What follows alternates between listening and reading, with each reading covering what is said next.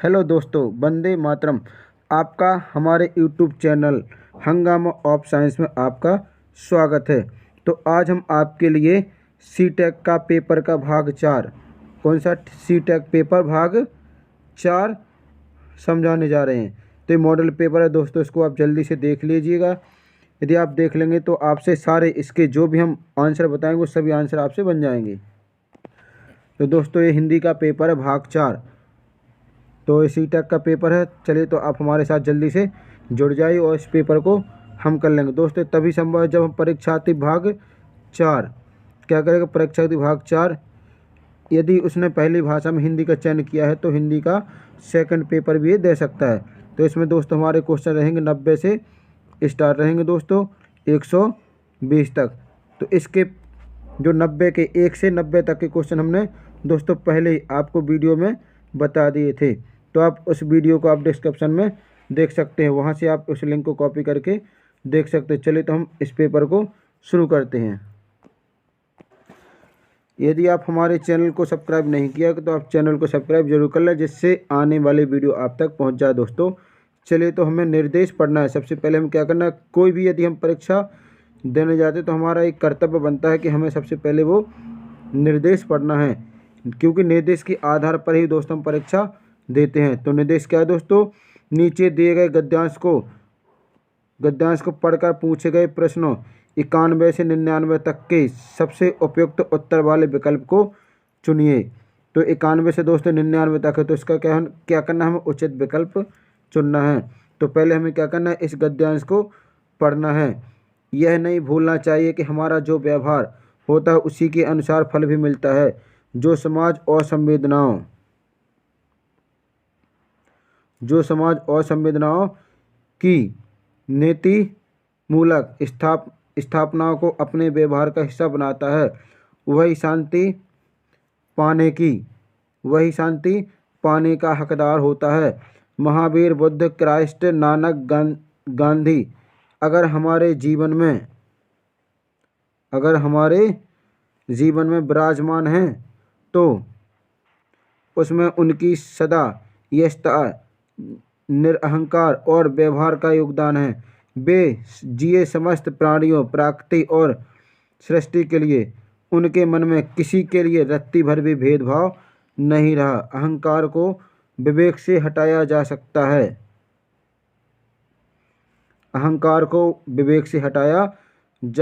गांधी जी ने गुलामी से आज़ादी, मनुष्यता की सेवा और विवेक से मित्रता को अपना लक्ष्य बनाया। सबके प्रति समान दृष्टि का ही भाव और व्यवहार था।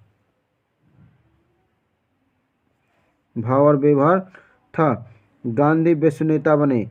गीता में कहा गया, जो समस्त प्राणियों के हित में सदा संलग्न रहता है उस सबका मित्र होता है।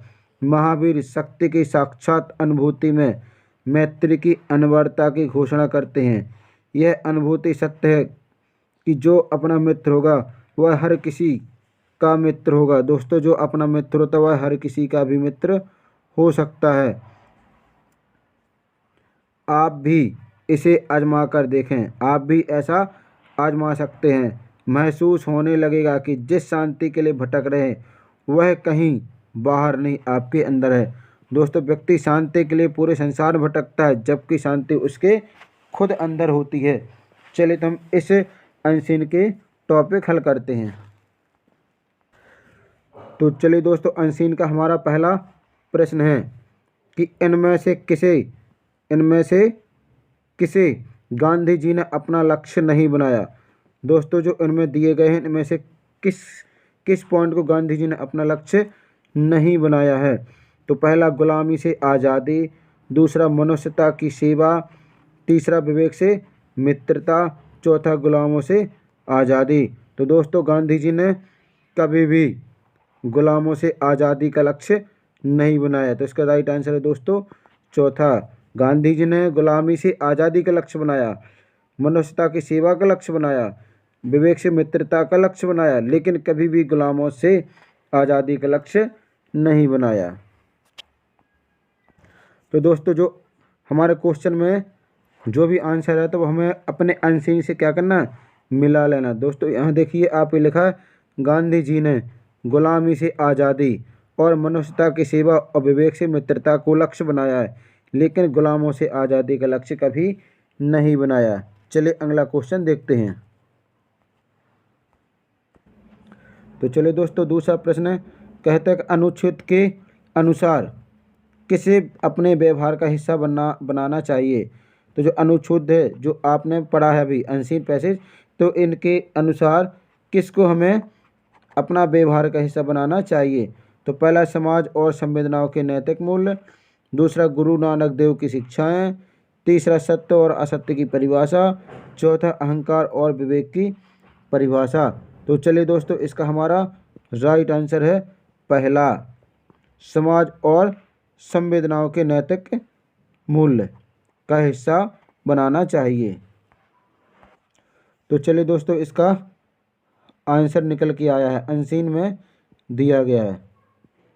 तो आप देख सकते हैं यहाँ लिखा है कि जो समाज और संवेदनाओं के नैतिक मूल्यों स्थापना को अपने व्यवहार का हिस्सा बनाता है।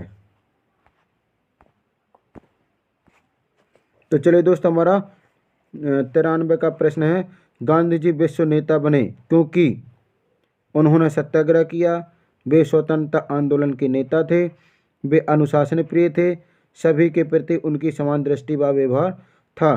तो दोस्तों, उनका जो उनके अनुसार जो सही आंसर है दोस्तों वो हमारा चौथा, सभी के प्रति उनकी समान दृष्टि और व्यवहार था, इसीलिए गांधी जी विश्व के नेता बने।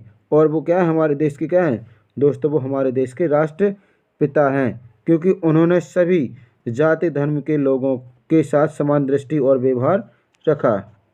चलिए तो इसको हम अनसीन में चेक करते कहाँ दिया गया है। तो देखिए दोस्तों, अनसीन में ये लिखा है कि सबके प्रति समान दृष्टि का ही भाव और व्यवहार था, इसीलिए गांधी जी विश्व के नेता बने। तो जो भी हम आंसर देंगे दोस्तों, हमें एक बार अपने अनसीन पैसे से क्या कर लेना, चेक कर लेना कि हमारा दिया गया आंसर सही है या नहीं है। तो चलिए दोस्तों, हमारा अगला प्रश्न है कि महावीर, बुद्ध, क्राइस्ट, नानक और गांधी जी में क्या समानता थी। तो दोस्तों, इनमें सब में क्या बताना है, सभी जो महापुरुष हैं इनमें क्या समानता थी। सभी धर्मगुरु हैं। दूसरा, सभी सन्यासी हैं। तीसरा, सभी भारत में जन्मे हैं। चौथा, सभी ने मानव कल्याण का कार्य किया है। तो दोस्तों, इसका राइट आंसर है कि आप भी जानते हैं कि इनमें से महावीर, बुद्ध, क्राइस्ट और नानक, गांधी जी, इन्होंने सभी ने एक ही कार्य किया है कि सभी ने मानव कल्याण के लिए कार्य किया है। अपने की चिंता ना करके इन्होंने संसार की चिंता की है कि संसार को किस तरह से हम विकासशील और उन्नति वाला बनाएं। तो इन्होंने अपना जीवन न्यौछावर कर दिया देश के हित के लिए। तो दोस्तों, इन सभी लोगों ने सभी के मानव कल्याण के लिए कार्य किया। तो चलिए इसको अनसीन पैसेज में देखते कहाँ लिखा है।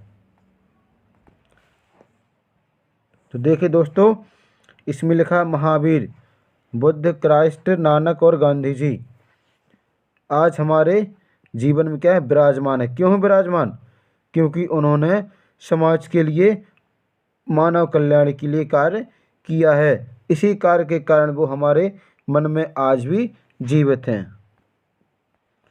तो चलिए दोस्तों, हमारा 95 क्वेश्चन है। एक क्या कहता है, कौन सा शब्द भिन्न है।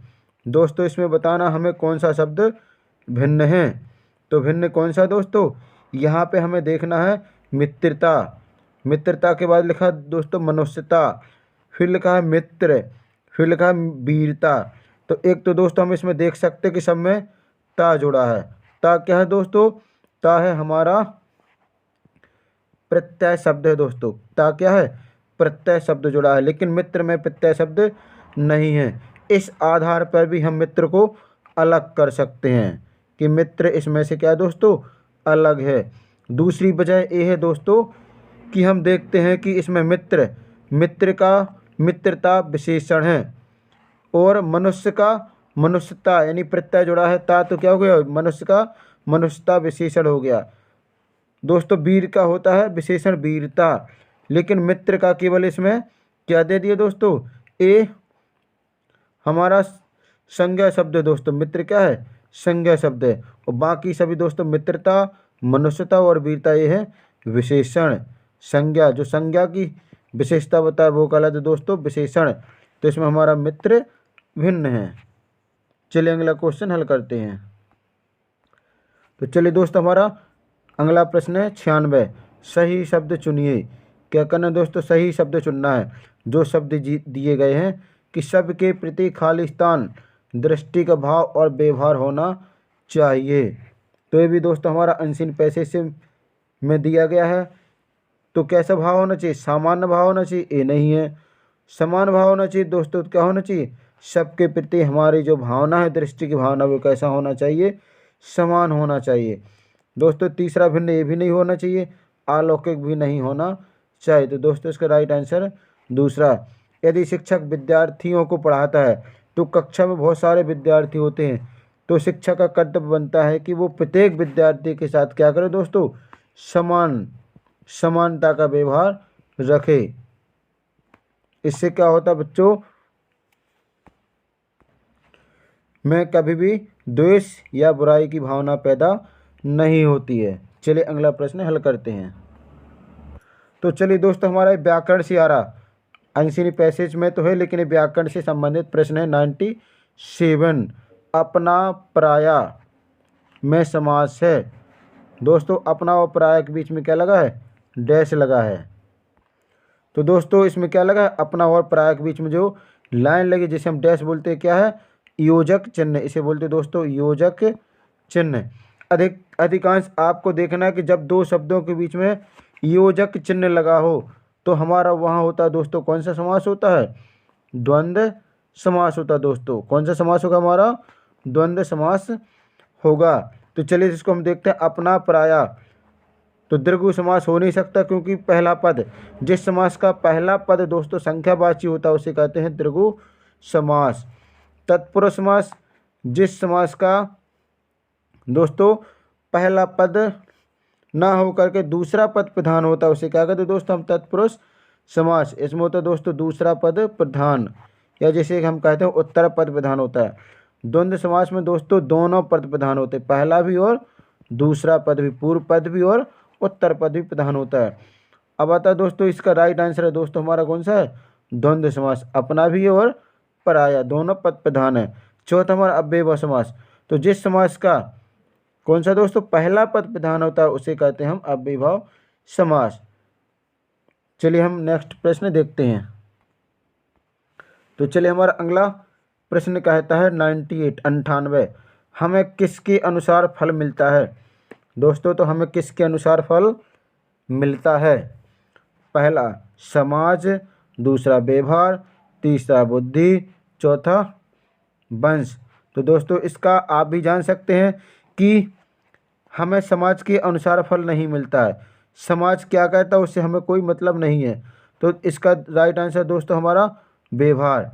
यदि हमारा व्यवहार अच्छा होगा तो हमें अच्छा फल मिलेगा, यदि हमारा व्यवहार खराब होगा तो हमें खराब फल मिलेगा, क्योंकि हमारे ऊपर डिपेंड करता है कि हमारा व्यवहार कैसा है। तो दोस्तों हमें हमारे व्यवहार के अनुसार फल मिलता है। चलिए हम अगला प्रश्न हल करते हैं। तो चलिए दोस्तों हमारा अगला प्रश्न है शांति को कहाँ पाया जा सकता है? दोस्तों प्रश्न कहता है 99 शांति को कहाँ पाया जा सकता है? तो शांति दोस्तों किसी व्यक्ति या स्त्री का नाम तो है नहीं शांति को आपको कहीं भी मिल जाएगी। तो शांति कहाँ ढूंढेंगे? अब शांति क्या है दोस्तों? तो पहला इसका स्वयं में, दूसरा दोस्तों परिवार में, तीसरा समाज में, चौथा धर्म में। तो दोस्तों शांति को हम कहाँ ढूंढेंगे? शांति को हम अपने मन में ढूंढेंगे। व्यक्ति शांति की खोज में पूरे संसार में विचरण करता है, लेकिन वो यदि अपने मन में झांकेगा तो उसे शांति मिलेगी, क्योंकि इस संसार में आप जितना भी कुछ प्राप्त कर लेंगे, यदि आपके मन में शांति नहीं है तो वो सब कुछ क्या है? व्यर्थ है। यदि आपके पास में थोड़ा सा भी है और यदि आपके मन में शांति है तो वही सर्वोच्च है। चलिए दोस्तों अगला प्रश्न है। तो चलिए दोस्तों हमारा अगला नेक्स्ट लेवल शुरू होता है कि निम्नलिखित वाक्यांश को पढ़कर पूछे गए प्रश्नों 100 से 105 100 से 105। कुल 6 प्रश्न के सबसे उपयुक्त उत्तर वाले विकल्प चुनिए। तो दोस्तों हमें क्या करना है, इस गद्यांश या काव्यांश को हमें पद्यांश या काव्यांश को हमें पढ़ना है। दोस्तों ये कविता है, तो चलिए इसको हम एक बार देखते हैं, क्योंकि इसको पढ़ेंगे तभी तो हम अनसीन का आंसर दे सकते हैं। तो इसमें देखिए दोस्तों, देशवासियों सुनो, देश को नमन करो, देश ही आधार है, प्यार देश से करो, लड़ रहे हो आज क्यों छोटी छोटी बात पर, देश हित को भूलकर प्रातः भाषा जात पर, मिटा के भेदभाव को, मिटा के भेदभाव को देश को सुदृढ़ करो, भ्रष्टाचार की लहर उठ रही नगर नगर, घोर अंधकार में जूझती रही डगर, ज्योति नीति और धर्म की आज तुम प्रखर करो, देश आज रो रहा है, देश आज रो रहा है, देश का रुदन सुनो, बांट दर्द देश का, मित्र देश के बनो, प्रेम के पीयूष से देश का समन करो। चलिए दोस्तों ये हमारा कविता है। अब इसके बाद कविता के जो क्वेश्चन दिए गए उनका आंसर हमें कविता से ढूंढकर लिखना है। चलिए तो हमारा पहला प्रश्न शुरू होता है। तो पहला प्रश्न कहता है कि कविता में, 100वां प्रश्न, कविता में न्याय नीति धर्म की ज्योति प्रखर के लिए कहा गया है ताकि क्या हो सके दोस्तों। तो पहला देश को प्रेम किया जा सके, दूसरा देश का दर्द बांटा जा सके, तीसरा आपसी भेदभाव दूर किया जा सके, चौथा भ्रष्टाचार को दूर किया जा सके। तो चलिए दोस्तों इसका सही आंसर है कि नीति धर्म की प्रखर ज्योति प्रखर करने के लिए क्या कहा गया कि हमें भ्रष्टाचार को दूर किया जा सके। तो दोस्तों इसका राइट आंसर है भ्रष्टाचार को दूर किया जा सके। तो चलिए दोस्तों अगला प्रश्न है कि देश आज रो रहा है, पंक्ति का आशय क्या है। तो देश में शांति का वातावरण है, दूसरा देश में अशांति का वातावरण है, तीसरा देश के नागरिक रो रहे हैं, चौथा देश में बाढ़ आ गई है। तो चलिए दोस्तों इसका राइट आंसर है कि देश में अशांति का वातावरण बन रहा है। देश कब रोएगा, जब देश में क्या होगा दोस्तों, अशांति का माहौल होगा। तो इसका राइट आंसर है देश में अशांति का वातावरण बन रहा है।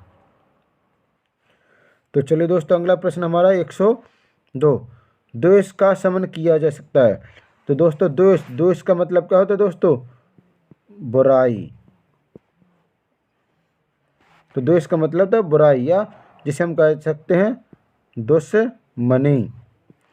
तो इसे कैसे समन का मतलब होता है नष्ट किया जा सकता है। तो देखते हैं, पहला प्रेम द्वारा, दूसरा नीति द्वारा, तीसरा धर्म द्वारा, चौथा शासन द्वारा।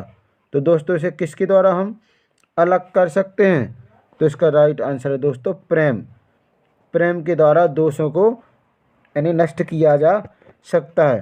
प्रेम ही ऐसी शक्ति है जिससे बड़ी बड़ी चट्टानें भी उसके सामने झुक जाती हैं। तो चलिए दोस्तों अगला प्रश्न है हमारा 103, पीयूष का विलोम शब्द क्या है। दोस्तों क्या है पीयूष का विलोम शब्द क्या है। तो देखते हैं हम, क्षीर, नीर, अमृत और विष। तो चलिए दोस्तों इसका क्या ज्ञात करना, पीयूष का हमें क्या ज्ञात करना, विलोम ज्ञात करना। दोस्तों पीयूष का मतलब होता है दोस्तों अमृत, तो अमृत का उल्टा क्या होगा, विष। तो दोस्तों इसका राइट आंसर है विष है, पीयूष का विलोम है विष, क्योंकि अमृत का उल्टा होगा दोस्तों विष होगा। तो चलिए अगला प्रश्न हमारा भ्रष्टाचार 104 वाला, भ्रष्टाचार का संधि विच्छेद कीजिए। क्या करना दोस्तों, भ्रष्टाचार का संधि विच्छेद करना है। तो इसका भ्रष्टाधन 4 पहला, दूसरा भ्रष्टधन 4, तीसरा भ्रष्टधन आचार, चौथा दोस्तों भ्रष्टधन आचार। तो चलिए दोस्तों इसमें आया हमारा, इसका राइट आंसर है दोस्तों हमारा चौथा। तो चलिए दोस्तों इसको हम चेक करते हैं कहीं हमारा आंसर सही है या नहीं है। तो जैसे हम लिखेंगे कि भ्रष्ट और छोटा आ लगा तो मात्रा लगाने का कोई स्वभाव नहीं है, तो 4। दोस्तों ये तो बना हमारा भ्रष्टाचार, तो ये कैसा है, एक गलत है। अब दूसरा दोस्तों हमारा कौन सा आ गया, तीसरा मिलाएंगे तो इसमें दोस्तों भ्रष्ट क्या होगा, हमारा भ्रष्ट होगा दोस्तों। यहाँ पर लिखेंगे भ्रष्ट, इसके बाद लिखेंगे बड़ा आ का डंडा लग जाएगा और बड़ा 4।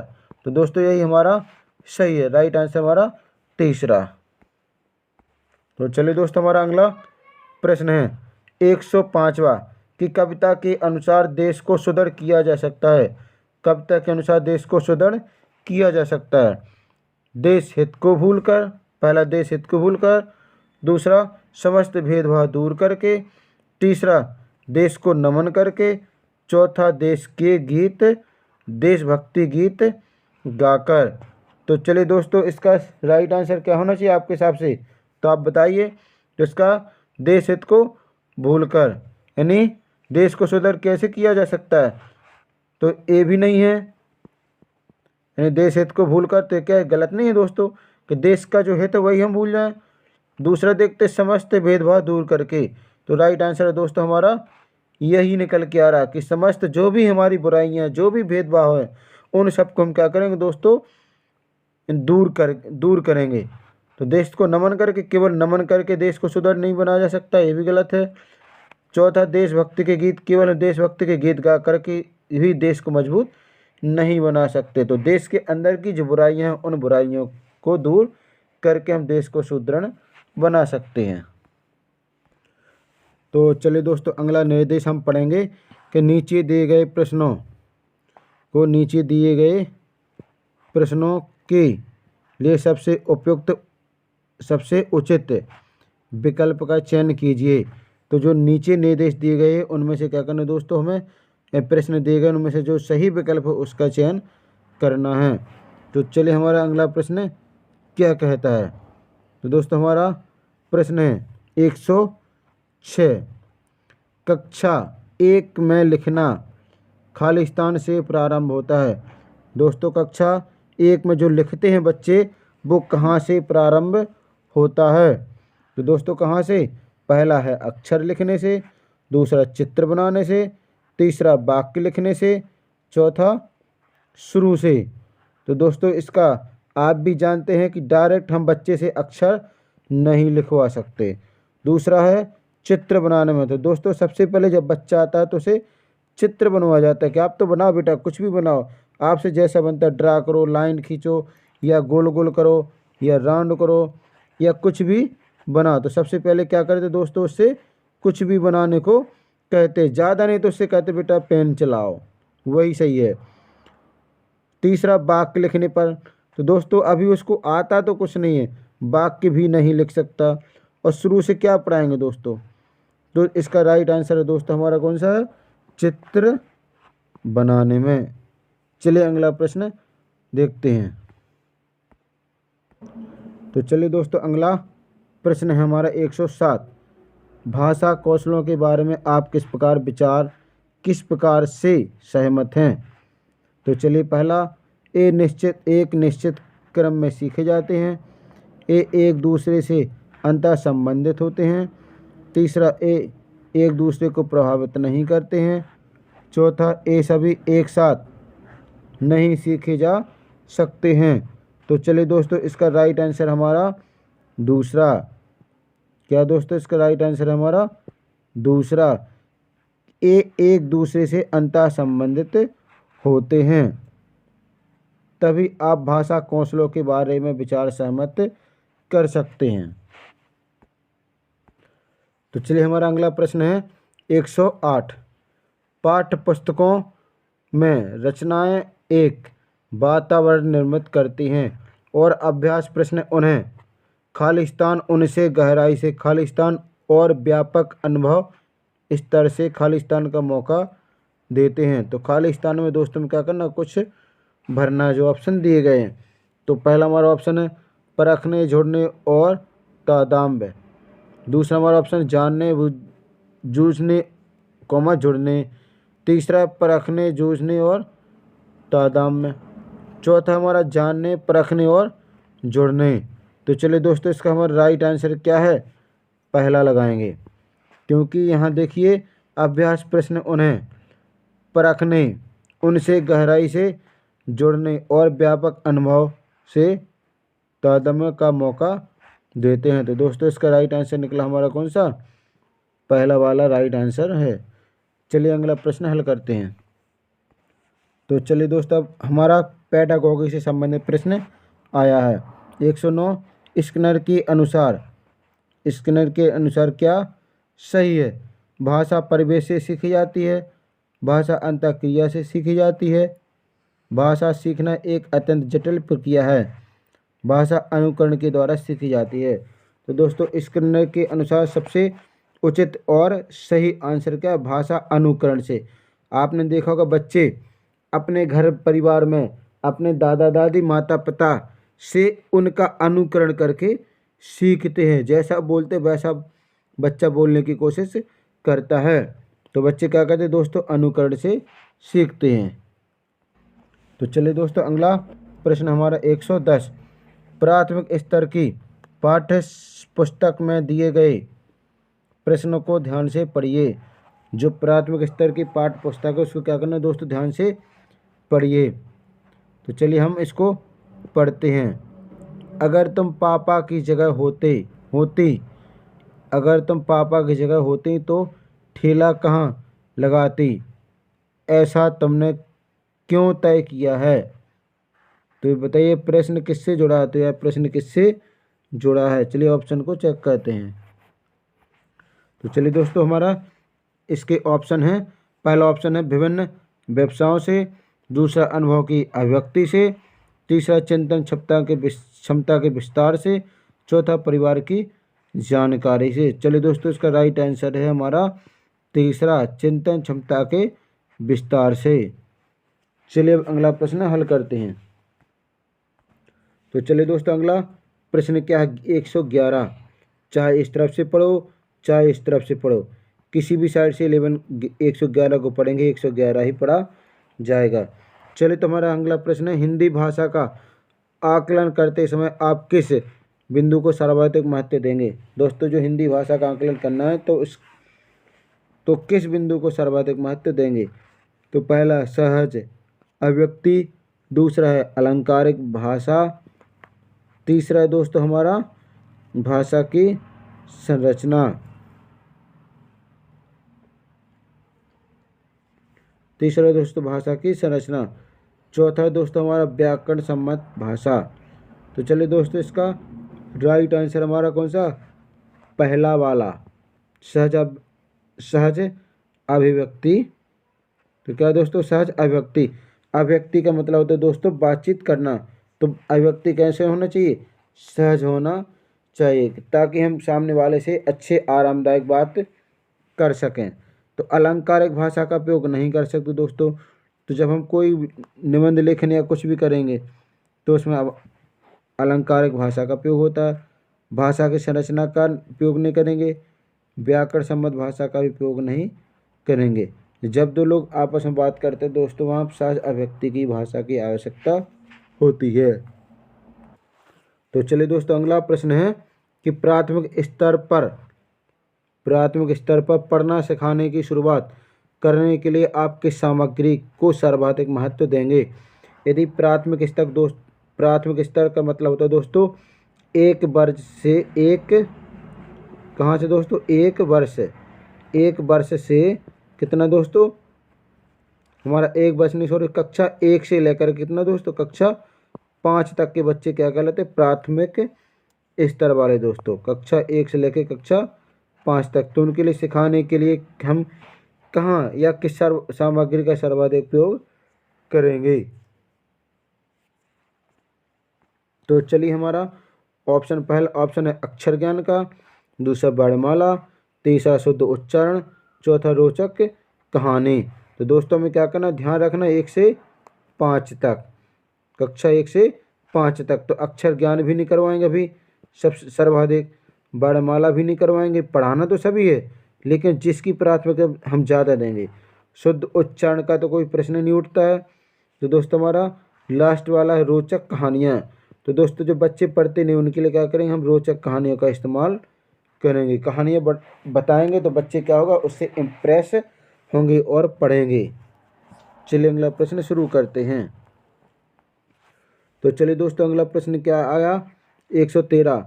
सलमा पहली कक्षा में पढ़ती है, वह किताब शब्द को कतब लिखती है। सलमा का लिखने का यह तरीका खालिस्तान को दर्शाता है। तो सलमा क्या करते हैं दोस्तों, किताब को लिखते तो क्या लिखती है, कतब लिखती है। तो वह किस तरीका को दर्शाती है। तो पहला दोस्तों हमारा इसमें अज्ञानता, दूसरा है स्ववर्तनी, तीसरा दोस्तों नियंत्रित लेखन, चौथा दोस्तों लापरवाही। तो चलिए इसका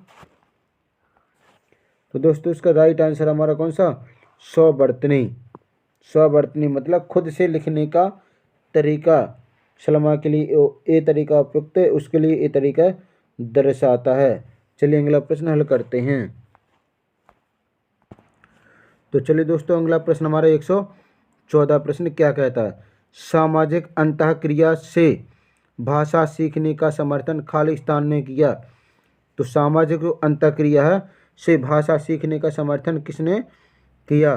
तो पहला है हमारा स्किनर, दूसरा पियाजे, तीसरा वाइगोत्स्की, चौथा हमारा चामस्की। तो चलिए दोस्तों इसका हमारा राइट आंसर कौन सा दोस्तों, वाइगोत्स्की। इसका आंसर है तीसरा इज करेक्ट, वाइगोत्स्की आंसर सही है। तो क्या किया इन्होंने दोस्तों, इन्होंने सामाजिक अंतःक्रिया से भाषा सीखने का समर्थन किया था।